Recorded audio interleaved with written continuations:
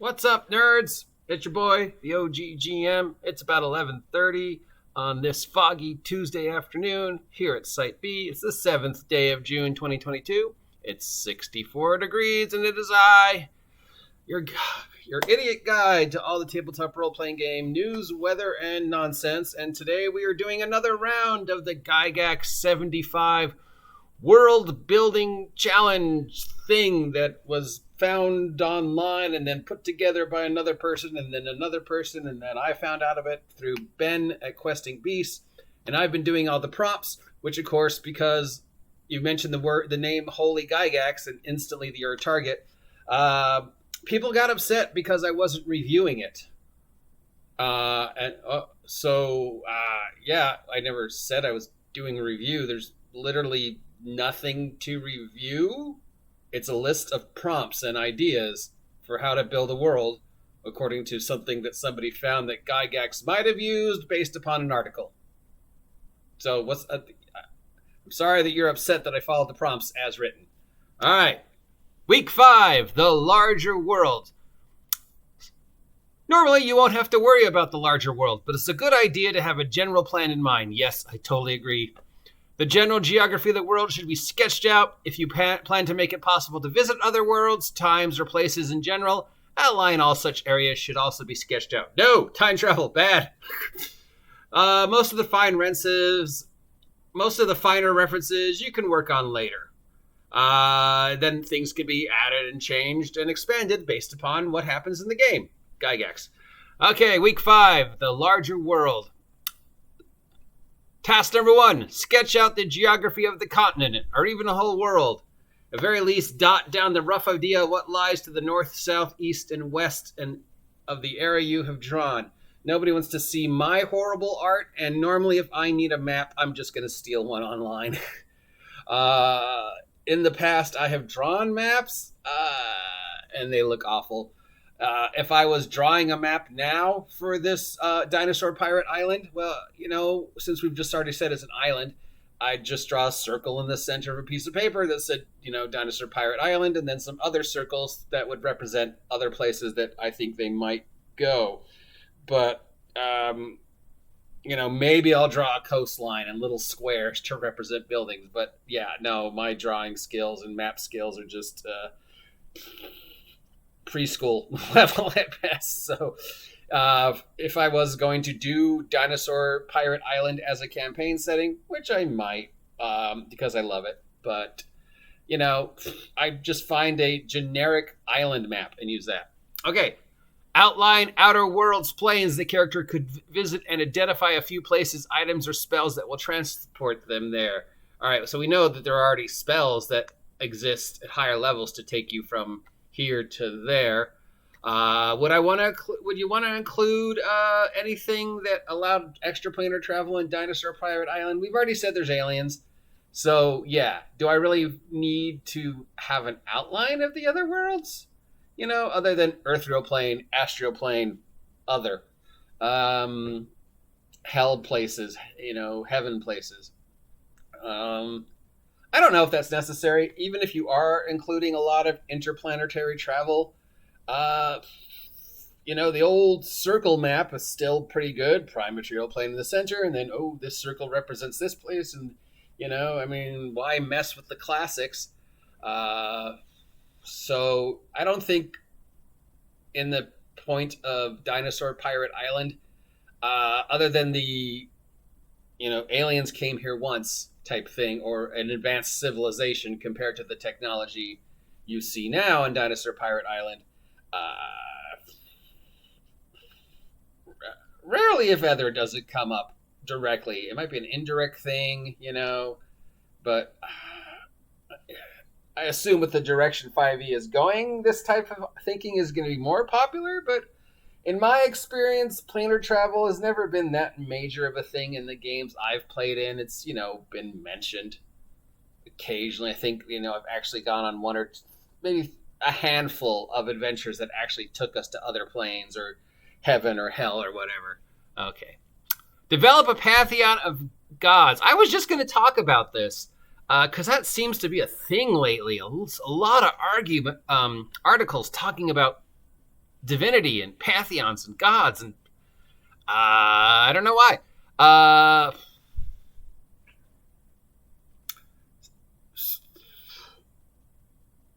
Steal liberally and avoid the trap of making gods with nicely aligned domains. Poseidon was the god of the sea, but also the god of horses. Do you need to design your own pantheon? I mean, if you can go through every made-up fantastic pantheon that already exists, plus all the real-world pantheons, and there's a lot more than Greek, Roman, and Norse, and go, I don't like any of these, then sure, make up your own pantheon. But chances are, whatever idea you have for a multi-theistic or single-theistic pantheon, it's already been done. You generally need a sky god and a night god. And other than that, you can get as simple or as complex as you want. For Dinsour Pirate Island, pirates are superstitious. So there would probably be a lot of superstitions and, like a goddess of the sea and the god of bad luck. But I think there'd all be like a minor thing. There'd probably be clerics or healers of some type. Create some high-level non-player characters and villains, including their DNA. We've talked about this hundreds of times. When I design NPCs, it's what do they want, / what are they looking for, what do they fear, what's their job, and what's the one thing that makes them stand out from everybody else. So, if I was designing an NPC on Dinsour Pirate Island right now, I would, we've already got the idea of the pirate Tyrannosaurus Rex, or Tyrannosaurus Rex wearing a pirate hat, because that's just hilarious.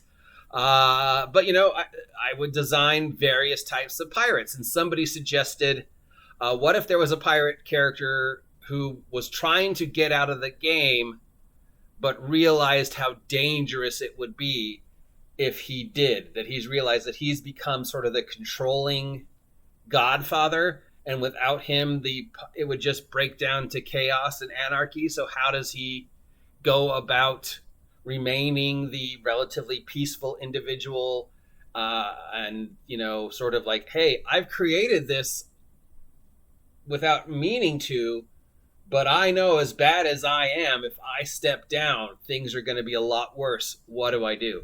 So that guy's out there. And I would say, what does he want? He wants to retire. He wants to step away. What does he fear? What's going to happen when he retires? And that power vacuum needs to be filled because consciously or unconsciously, he or she has created this paradigm, and they know through no fault of their own, or maybe because, that the second they step away, what's going to happen? And then, what's their job? Semi-retired pirate. And what's the one thing that makes them stand out? I always like the picture of Blackbeard where they showed him with his beard on smoking. So that might be something that I would throw in for this guy.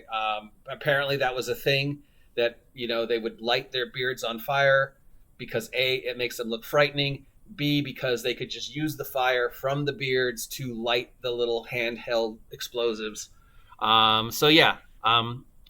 Create a calendar with festivals and other important dates. I love this idea. Use a real-world calendar. You don't need to make up your own days and times. January 1st of the world is the day the game starts, and then you just mark down and you write in any made-up holidays. I like that one. Generate some events and rumors from other lands that the characters might hear. So many tables exist now that have done that for you. You don't really need to do your own. It's a lot more fun to make the stuff up when the characters are around instead of having a table, because you can often come up with wilder, more things than anything a random table of rumors might suggest. So play it fast and loose. I mean, it might not be a thing. What am I saying? That's usually like one of the top 5 things players ask for if they're any place for longer than 5 seconds. So yeah, you would probably need some type of general idea of what is the everyday person talking about right now in relation to what might interest a player. Obviously, walking down the street, hearing somebody discuss their current failure at making a cake, 80% chance it's not going to attract the player character's attention, but you never know because player characters. But if the same player is walking down the street and he hears somebody talking about how the shipment of strawberry jam is 2 days late, that might trigger them. So yeah, it's kind of a good thing to have. Generate some events and rumors from other lands. We just did that. Create more major magical relics of the world and a short history including where they were last seen and who or what owned them. I rarely do that. God, I mean, Wave Whelm and Black Razor are always somewhere in any game I'm running just because they're so iconic. The Eye of Vecna or some take on the Eye of Vecna is always in my games usually, even if it never comes up. Other than that,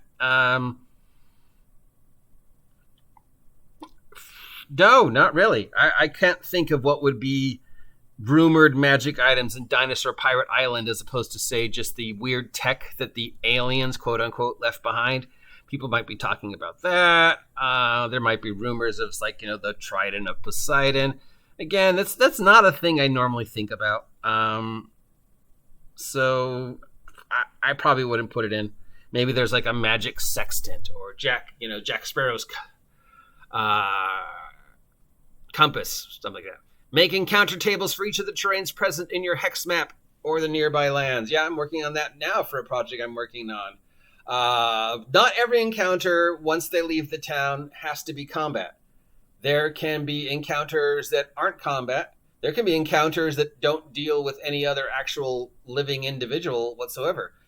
Coming across the Indiana Jones bridge from the second movie and trying to figure out how am I going to safely get this across this bridge that could collapse at any second could still be encounters. One thing you don't notice a lot in encounter tables is what do I do when that encounter is removed? What do I replace it with?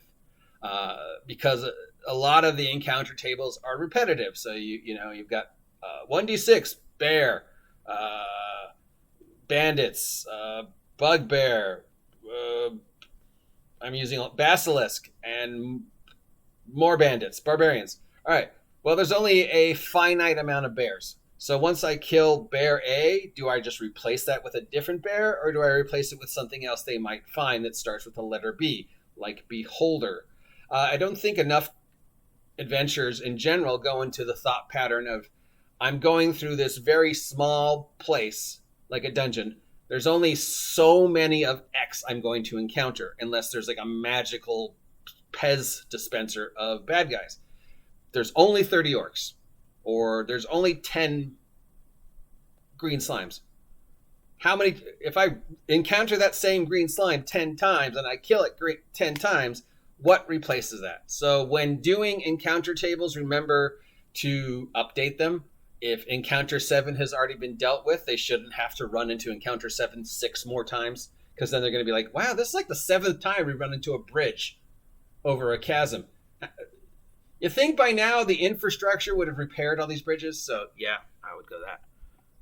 I love this one, and you don't see this enough. Develop a rival company of adventurers or mercenaries who will cross path with the player characters. I love that one.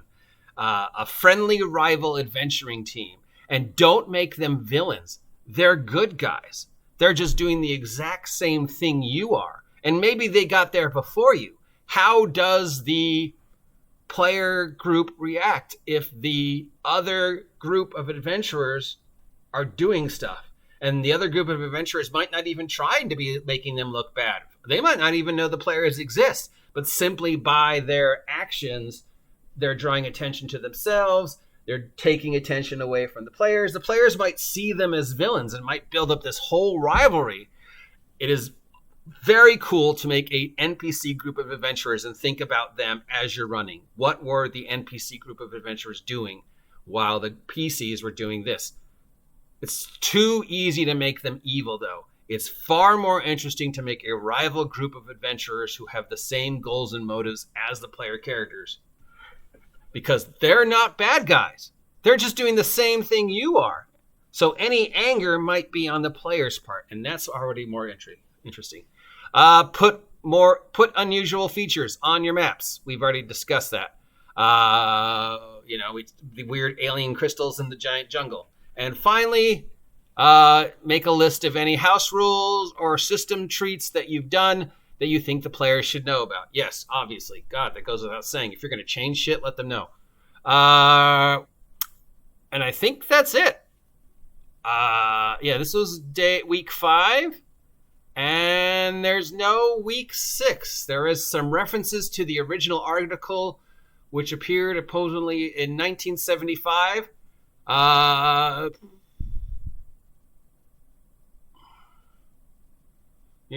So I guess this is the article breaking down to where the ideas came from for this thing in regards to what Gygax contributed.